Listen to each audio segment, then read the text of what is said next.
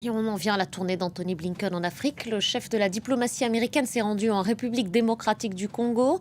Depuis Kinshasa, il s'est dit très préoccupé par un possible soutien du Rwanda à la rébellion du M23. Le secrétaire d'État américain doit justement se rendre ensuite à Kigali. On en parle avec vous, Bruno Darou. Bonjour Bruno. Bonjour Merci Nabia. d'être là. Est-ce qu'il est en train de tenter au nom des États-Unis, Anthony Blinken, une tentative de médiation entre la RDC et le Rwanda voisin? En tout cas, l'idée des Américains, c'est de ne pas envenimer les choses, et notamment les tensions entre Kigali et Kinshasa. On a vu, vous l'avez dit, que le secrétaire d'État américain s'est quand même dit préoccupé d'un rapport de l'ONU qui estime que des soldats rwandais ont combattu en territoire de la RDC aux côtés de cette rébellion du M23. Donc Anthony Blinken, évidemment, il en a parlé en RDC avec le président Tshisekedi. Il va bien sûr en parler demain avec le président Kagame au Rwanda. Mais l'idée, c'est pas de jeter de l'huile sur le feu. D'ailleurs, il l'a dit dans une interview à nos confrères de RFI.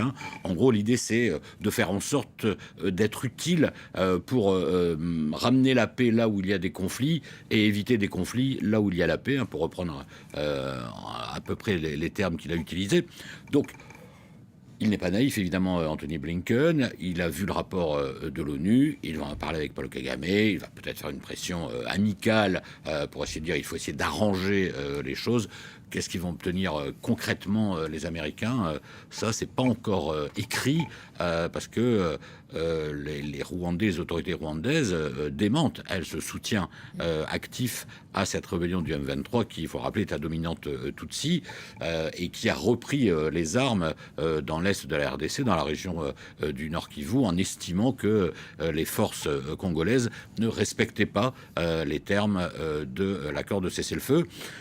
Donc voilà, il y a ce soupçon qui pèse sur le Rwanda. Anthony Blinken en a parlé à Kinshasa, il va en parler demain à Kigali, mais effectivement, les États-Unis sont plus dans une forme d'apaisement et d'essayer de faire avancer les choses vers des relations plus apaisées, on va dire. Alors, tenter d'apaiser ce contentieux donc, entre la République démocratique du Congo et le Rwanda, il y a peut-être aussi un autre objectif dans le cadre de cette visite.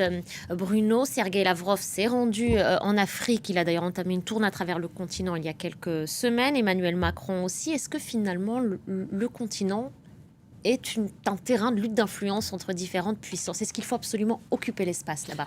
Oui, bien sûr, d'une certaine manière, même si, et là Anthony Blinken l'a également dit sur l'antenne de RFI, en gros il a dit c'est pas parce que il y a d'autres pays qui sont actifs en Afrique qu'on a décidé d'être actifs en Afrique. C'est pas comme ça qu'il faut prendre les choses, disent les Américains. C'est tout simplement, ce qui est aussi objectivement certainement vrai, parce que l'Afrique est un continent qui va jouer un rôle de plus en plus important dans l'avenir, qui a beaucoup de richesses économiques, qui a une population active, dont beaucoup de pays sont en voie de démocratisation, dont la démographie est très importante. Donc oui, tout le monde sait que dans les, et ça a déjà commencé, mais que dans les 15, 20, 30 ans à venir, l'Afrique jouera un rôle de plus en plus important. Et que, évidemment, il y a des intérêts économiques.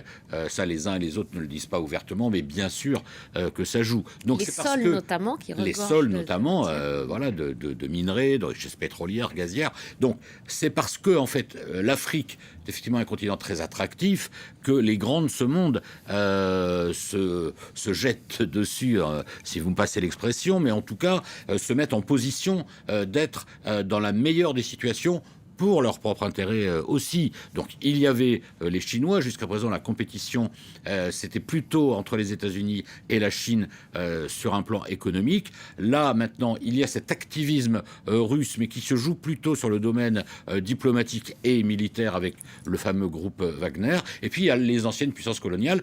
Il y a la France, notamment. Effectivement, le président Macron y est allé. Donc, vous voyez que chacun essaye soit de conserver quand même, alors on dit plus de zone d'influence, mais on dit des bons partenariats politiques et économiques, et puis des nouveaux arrivants, des nouvelles grandes puissances qui font en sorte aussi d'être très présents sur le continent africain, parce que ce continent, de plus en plus, sera important. Une terre d'avenir, si on devait résumer. Absolument. Convoité. Merci beaucoup, Bruno. Merci pour ces éléments de compréhension.